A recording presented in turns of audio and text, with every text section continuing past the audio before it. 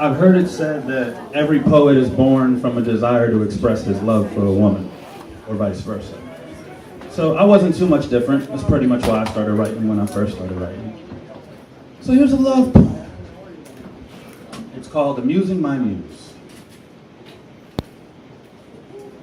When I met you, it wasn't like I met you.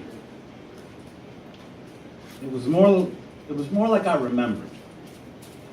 The delicate harmonies of your voice and the subtle cadence of your speech transported me to a long-lost, distant memory, perhaps even from a previous life, of someone that I loved already. You reminded me of things I didn't know I had forgotten. Things that up until this moment, I would have sworn were impossible, but you've got me questioning everything. Everything. And I'm learning. I'm learning that under the right conditions, I can fly. I can move through walls.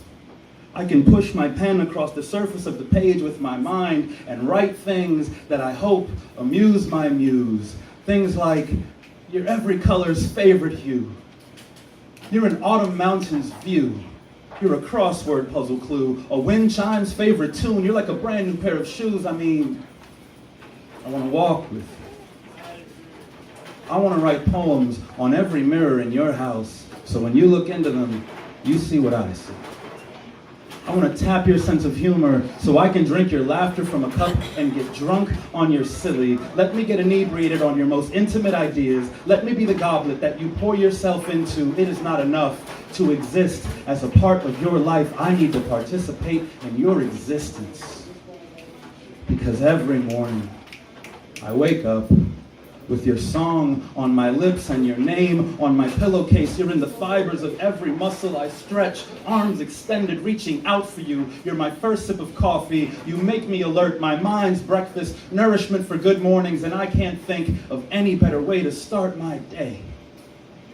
Last night, I had a dream that I was chasing you through the empty hallways of an old hotel, listening for your giggles around corners as I navigated the corridors, following the trail of love letters that fell out of your pockets. And when I caught you handed me a notebook of blank pages and ran off again, leaving me counting backwards from 10, singing, "Catch me if you can." So I set my snares and I baited my hooks within its pages, poetry poised, ready to pounce on you, but words just don't seem worthy of you these days.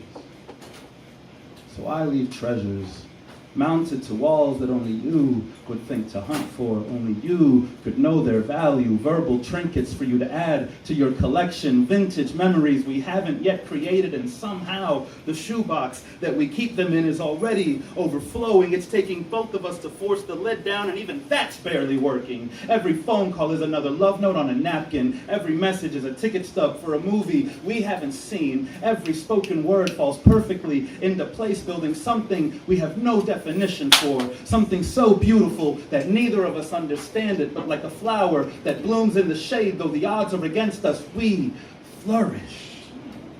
Our roots grow stronger, longer, uprooting the cobblestones of the paths we once walked together.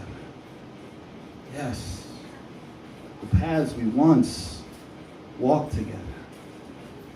This isn't the first time that I've loved you. It just can't be. I told you. I remember.